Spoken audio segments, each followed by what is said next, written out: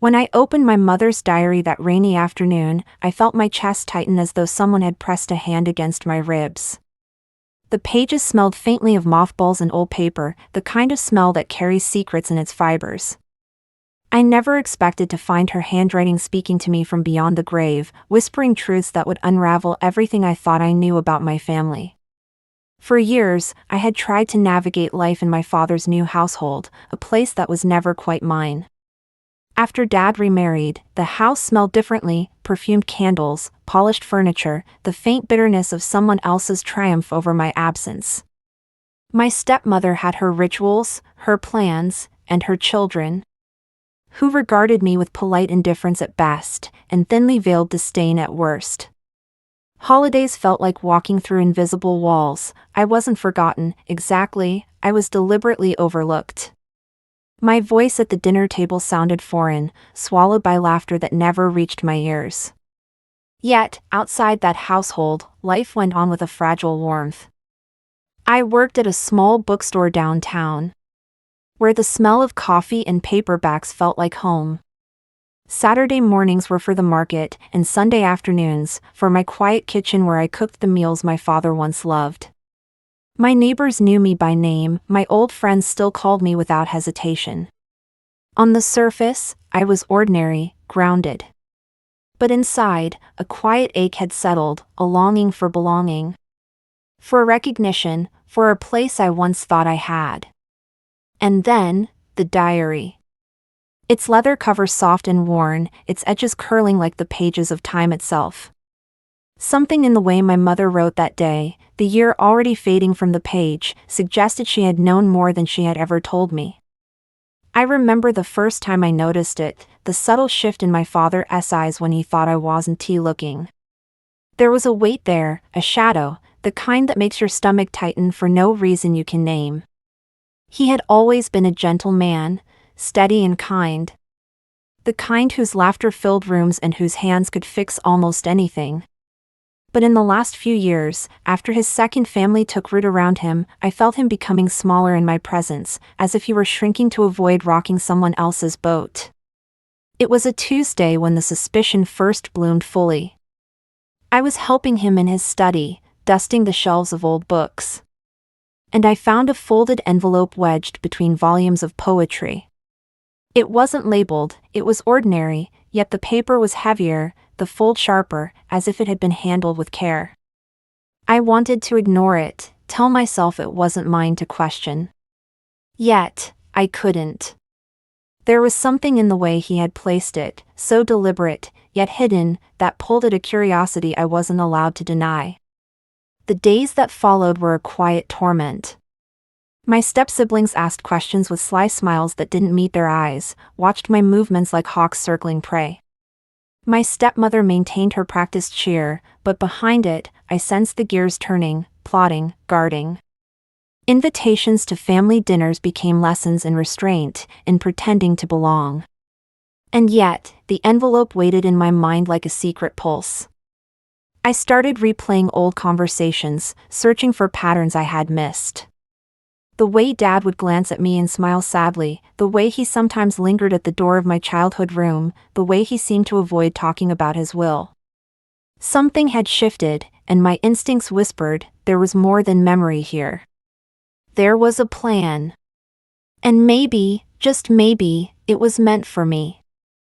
I couldn't stop thinking about that envelope, and finally, one evening, I lifted it from its hiding place. The paper felt impossibly fragile under my fingers, as though even the slightest pressure could erase the words within. My heart thudded, not with fear, but with a trembling hope that this small, unassuming piece of paper held the truth my father had never spoken aloud. I hesitated, listening to the soft hum of the heating system, the distant laughter of my step-siblings from the living room. Every instinct screamed caution, yet curiosity won. As I opened it, I discovered a letter in my father's familiar handwriting. The lines were deliberate, every word chosen with care, and my eyes blurred as I read the first sentence. He called me his true heir, his daughter, the one who carried the piece of his heart he had never been able to give away. He wrote of love, regret, and the injustice of being cast aside by those who should have known better. A single tear traced the curve of my cheek as I read, and I felt the weight of years lift and fall all at once. But that moment of solace was short-lived. A knock at the study door startled me, and in the doorway stood my eldest step-sibling, her expression too calm, too practiced. "Looking for something?" she asked, the words polite, but the edge of suspicion sharp. My chest tightened, and I realized the truth. This letter, this lifeline to my father's heart, was vulnerable. She had known about it all along, or perhaps she had smelled it in the air like a hunter senses prey. I folded the letter back into its envelope, clutching it to my chest. I knew then that claiming what was rightfully mine wouldn't be simple. There would be resistance, manipulation, perhaps even deceit. But my father's words had given me courage, a quiet, steadfast fire. I would honor him even if it meant standing against the people I had once called family. The next morning, I approached my father's room, the letter pressed carefully inside my bag. The smell of his cologne lingered faintly in the air, mingling with the antiseptic scent of the hospital. He was thinner now, the lines on his face deeper, but his eyes still held that same warmth that had guided me through childhood storms. When he saw me, his lips curved into a small, tired smile. "You found it," he whispered, voice cracking with a mixture of relief and fear. "Yes, Dad," I said, trying to keep my voice steady. "I found your letter." He reached for my hand, frail but insistent, and I felt a surge of tenderness that made my chest ache. "I needed you to have it," he murmured. No one else understands." His eyes flicked to the hallway, where I knew my step-siblings lingered, ever watchful. "Promise me, you'll fight for this, not for revenge, but for what's right. For justice." I nodded, a lump forming in my throat. I promised him then, in that quiet room filled with soft beeping machines and the faint hum of the city beyond the window, that I would honor him. Not through anger, not through retaliation, but through integrity. But the fight began almost immediately. My step-siblings caught wind of the letter, of its existence, and they moved with the precision of predators. I found copies missing from my father's study, files shifted, explanations too casual to be believable. One afternoon, my stepmother cornered me in the kitchen, her smile brittle. "You should just leave it alone," she said. "Your father made his decision, but some things are better forgotten." I clenched the letter in my hand, feeling the weight of generations pressing down on me. "No," I said quietly, my voice unwavering. "Some things must be remembered. For him, for me, for the truth." And just like that, the quiet war began, one measured in whispers, subtle manipulation, and the unyielding determination to reclaim what was rightfully mine. Days bled into weeks as I navigated the thin line between patience and persistence. Each visit to my father became a careful dance, small smiles exchanged with nurses, polite conversations with my step-siblings, all while guarding the letter like a fragile heartbeat. I started documenting everything: dates, conversations, odd glances. Anything that hinted at interference. It felt strange, keeping a journal of deceit in my own family, but the truth needed protection. One evening, my father asked me to sit closer. His hand trembled as he reached for mine. "You must read my mother's diary," he said softly. "It's time you understand the choices I made, and why I couldn't always speak them aloud." I felt a shiver run down my spine. My mother had passed years ago, and I had never known the depth of her thoughts, only her quiet love stitched into memory. That night, I opened the diary again, this time reading with the urgency of someone chasing echoes. There were entries about my childhood, the subtle estrangement after my father remarried, and the bitter battles fought silently in letters never sent. She had recorded her fears about step-sibling jealousy, their schemes, and her longing for me to know my worth. One entry stopped me cold. She had warned that the inheritance might be hidden, that the people around me would try to erase my place in the family. It became clear then, this wasn't just about money or property. It was about legacy, about the truth of who I was in the eyes of my parents. and about reclaiming a sense of belonging that had been stolen. I folded the diary carefully and whispered into the empty room, "I hear you, Mama. I will not let them take this from me." Outside, the wind rattled the window pane, as if the house itself acknowledged my vow. The path ahead was uncertain, but for the first time in years, I felt the quiet pulse of determination settle in my chest. The moment I decided to act, the house seemed to shift around me. My step-siblings, once distant and polite, became watchful, subtle in their strategies but unmistakably protective of their perceived claim. I learned quickly how careful I needed to be, emails saved, conversations documented, every movement measured. I couldn't afford to confront them openly yet, that would only give them leverage.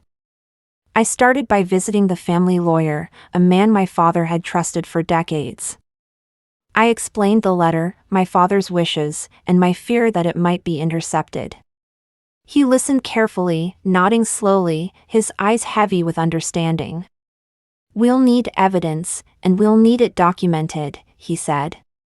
"But the truth is on your side. Your father's intent is clear."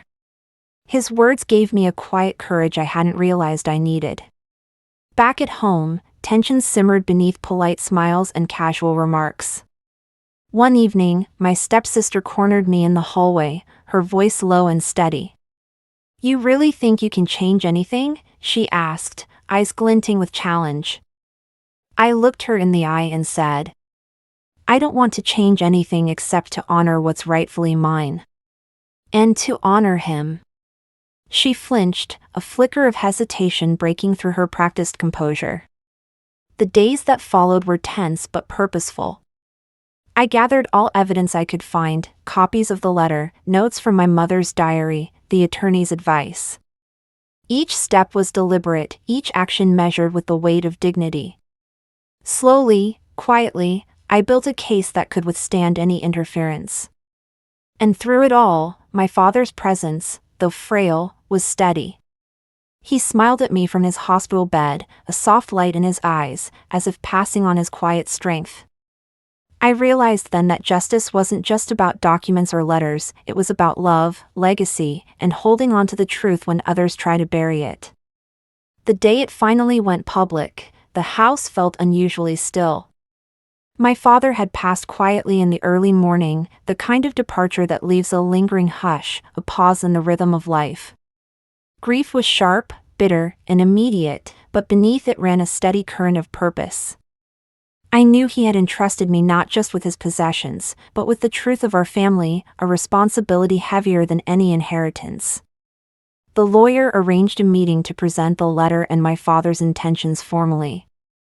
My step-siblings arrived, their faces composed, their smiles a little too forced. When the document was revealed, the room held its breath.